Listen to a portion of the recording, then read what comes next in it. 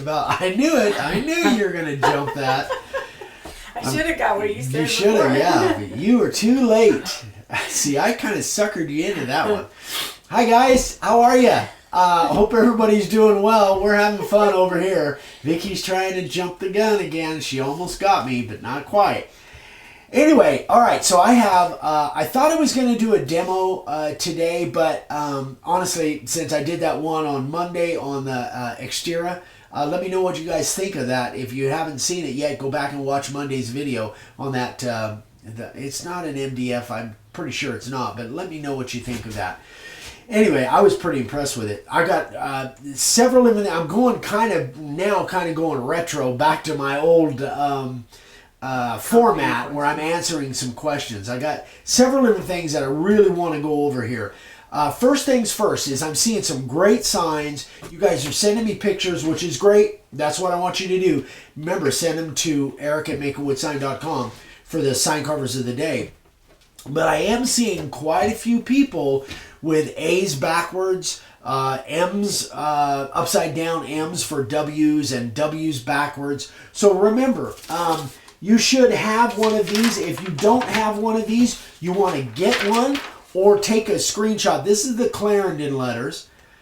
So if you're using layout letters, not all of you do, but some of you do, take a screenshot of this right now or go on and type one out. But, you know, look at the way the A is. Look at the way the N is, the M. You know, see the W? The W is not an upside down M. It's got slanted sides. Anyway, there's all kinds of characteristics here. So whatever font that you're using, if you don't have one of these, you know, I've also got the Western. Well, we're now putting the little one in. And yeah, and if you buy a set from us, you'll get one of these, whether it's big or whether it's small. You'll get one of these now. We include one of these with all of the sets or the starter packs. But you know, even something as simple as the I on the Western or the H, that it could be upside down, because if you look real close, the points are just above center on that. And I've talked about that before.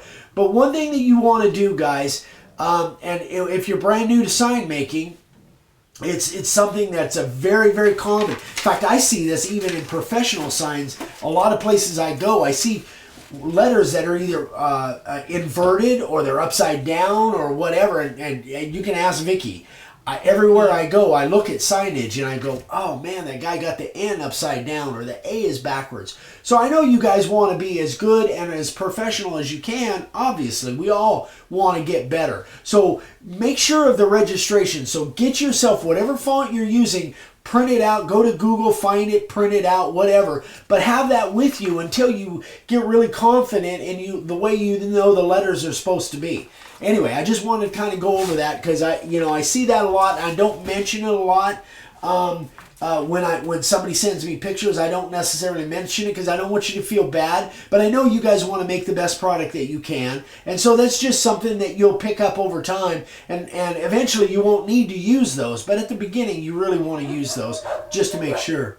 Oh, dog going crazy for something out there. Must be a rabbit. All right. So second thing. I just got a call a few minutes ago from Ron Smith. And we did a telephone thing with him the other day, and he was saying, Eric, I don't know what I'm doing wrong. Here's my process. He says my sanding belts, he says when I put my sanding sealer on the pine, that's the only place I use sanding sealer is on pine, and then I spray my layout, and then I do my carving, and then I spray the letters, whether it's outset, inset, whatever. He said then when I go to sand, he says, I'm having a really tough time getting all that black off. It's just taking forever, and it's loading up the belts. And I said, okay, first thing I got to ask is, what grit are you using on your sanding belt? He says, well, I use an 80 and then a 120. I said, there's your mistake. So here's the grits that I use. Now, again, you do it however you want. But when I'm sanding, I use a 40 grit. That's my first sand. I take off 95% of the black with this belt, the rough grit. Then I go back and I use an 80 grit. And then if you want to use a 120 or you want to use a random orbital or whatever, if I want a finer sand than this, then I can either go down to a 120 on the belt, or I can use my little Octo sander with a 220 on it or whatever. But this is my basic sanding belts for my belt sanders. So this is a 40 and then an 80. And then, you can go from there how fine you want to. But what will happen is if I use this for my first sand, it would load up like crazy. And I would be going through belts. Even with the belt sanding belt cleaner, it wouldn't clear it all off, and these would get loaded up. So also watch and make sure you're not spraying too heavy, but I always say that. So first sand, take almost all of it off, and then go this. And that's a problem that Ron was having, and it's really common. That's something that... But this belt, this is a brand new belt. I bought this like, I don't know, 6 months ago, and because I haven't had to change my other belt yet. They last for months and months and months. I bet 50 signs anyway with that rough belt. These belts should last you dozens and dozens of signs before you have to change them. So anyway, that's my rant on sanding. Okay, next. Okay, so I got an email from a guy, and he said, Eric, and actually it was, if you go back and look on the, gosh, I'm going really long. Oh, I'm sorry. If you go back and look at the comments on the YouTube channel, a guy said I had a router bit break on me, a profile bit. And I said, I got to see pictures on that. So he sent me pictures. So this is the picture that he sent. And I'm going, oh my gosh, what is going on here? Now, every once in a blue moon, in grinding these things, we don't make them, we have them made for us. So in grinding these things, every once in a while, there could be a misgrind. Maybe they didn't have enough fluid on the carbide. Any number of different things. Could have been a flaw in the carbide, any number of things, but that just rarely happens. Almost always there's a reason for this. So then I read his email that went along with this. And he said, I was carving 3/4 pint, nice and soft, wasn't going that deep. I don't know how deep he was going, but he wasn't going that deep. And you should be able to bury that profile bit in there and carve, and it would never do that. But then was the kicker. And he says, I was going, my speed on the router, I was going 1 to 2 slow. And I go, that's your problem. I didn't pound, I just set my arms down. So, and if you guys have been watching videos very much, he must have somehow missed this. This is a variable speed router. If I had the chance, I would get rid of variable speed routers, at least for wood sign making. Always full speed. If you're carving wood. If you're doing acrylics, you might back it down a little bit. If you're doing soft metals, see, these routers were made to do all kinds of different things, laminates and acrylics and all of that. So that's where the variable speed comes in. Not when you're carving wood. When you're carving wood, keep that thing going full speed. So what happened was, he was trying to push too hard on it, and carbide doesn't bend. It doesn't have any deflection. So he was trying to push a little bit too hard and not running the router bit fast enough, and it snapped on him. Show the wheel. Show the wheel? I'm on the wheel. Oh, yeah, this wheel right here. In fact, Dad said, I was sharing this with Dad, and he said, do you remember back in the old days when the variable routers first came out, the variable speed routers? He said he pulled it apart and disconnected the variable speed so that it wouldn't work, because he didn't want to take any chance in the fact that you'd be running slower and you'd take a chance to do exactly what happened on this. So here's the lesson. Full speed if you're carving wood. If you're carving acrylics or light metals or whatever, then you can worry about backing it down. But full speed if you're carving any kind of wood. I don't care if it's walnut, alder, oak, or cedar. Just go full speed. All right, that's my rant on variable speed. Okay. All right, I was talking with my son, and we were talking, and he's doing a big project.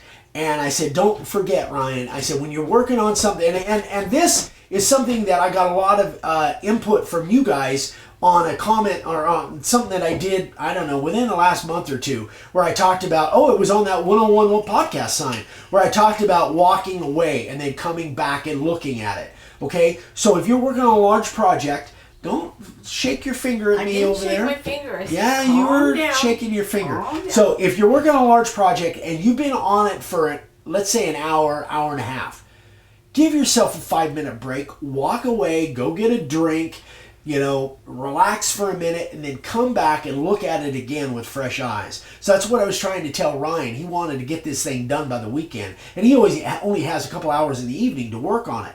And I said, Ryan, this is a big project. It's really important. You want this thing to be right.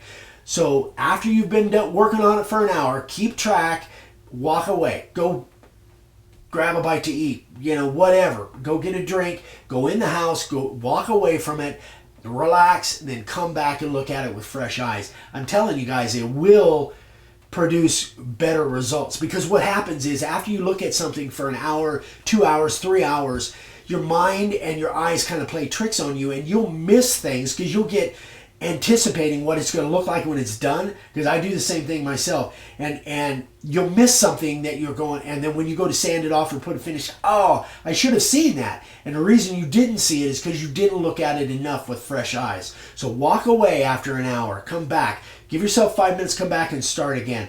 It will produce better products for you, I guarantee it. Well, I almost guarantee it. Not like money back guarantee or anything, but it'll work. All right, that's that. And then notes, just a special note. Every once in a while I get a comment that, oh man, the sound of that router is like making my ears bleed, So I'm just telling you right now, if the router's too loud, if the sander's too loud, just turn your volume down a little bit when you see me about ready to fire up the router and it's too loud for you. It's easier for you to adjust the volume than it is for me, quite frankly. So I apologize if I burst any eardrums, probably more from my pounding than the sound of the router, or my loud talking. But guys, just be ready when I get ready to turn on the router or the sander or something. Just be ready to turn your volume down a little bit, just so it doesn't, rip anybody's ears apart or something like that. Okay, let's see. Oh, the other thing, 2 other things real quick. First of all, international orders, and you guys that are watching overseas, ladies and gentlemen that are watching overseas, remember, our website, makeawoodsign.com, won't accept international orders. We don't talk about this too much. So if you want to order, we'll absolutely ship to you. That's no problem. But write Vicki an email with where you're at and what you want to order, and then she will send you a quote. She has to go on and do a quote on the DHL shipping, because we charge exactly what we get charged. That's what we're going to charge you for shipping. So we have to know what you want to order, and we have to know where you're at. Complete address, not just the zip code. Complete address. Yeah, we have to know exactly where you're at. So write Vicki an email, vickiwithdavesigns@gmail.com. Send her an email, say I want to order this and this and this and this, and this is my complete postal shipping address, and then she'll get back to you, right? Did I say that right? You did. Okay. And then she'll get back to you with a quote on the price, and then you can decide whether it's what you want to do or not. All right, last but not least, I don't say this enough. You guys, a lot of you guys see me on Facebook. And I love it. I'm going to keep doing Facebook from now on as far as I know. But don't send me messages through Facebook. Don't send me pictures through Facebook. Send them direct to my email. Sometimes there's so many different places that I could get messages or comments or whatever. I absolutely appreciate them. It's not that I don't appreciate them, but I don't want to miss anybody's message. I don't want to miss anybody's questions or pictures if you want to send for Sign Carvers of the Day. So please, please, please email me directly, eric@makeawoodsign.com. I answer everything on there. I never seem to miss one on there. So always write to me if you have a question or a comment or whatever that you want to make absolutely sure that I see. Send it to me direct, eric@makeawoodsign.com. All right, I'm done. See, that was easy. All right, guys, that is it for today. So I'm hoping that Friday, if everything goes right, we might be starting that new project. Don't take it to the bank yet. We'll see what happens on Friday. Anyway, guys, have a great one. Hope your week is going well, and we will see you soon. Thanks for subscribing, for watching, and please give us a like and thumbs up and share this video where you can. If it was helpful, I hope it was, and we will see you guys on Friday. Bye-bye.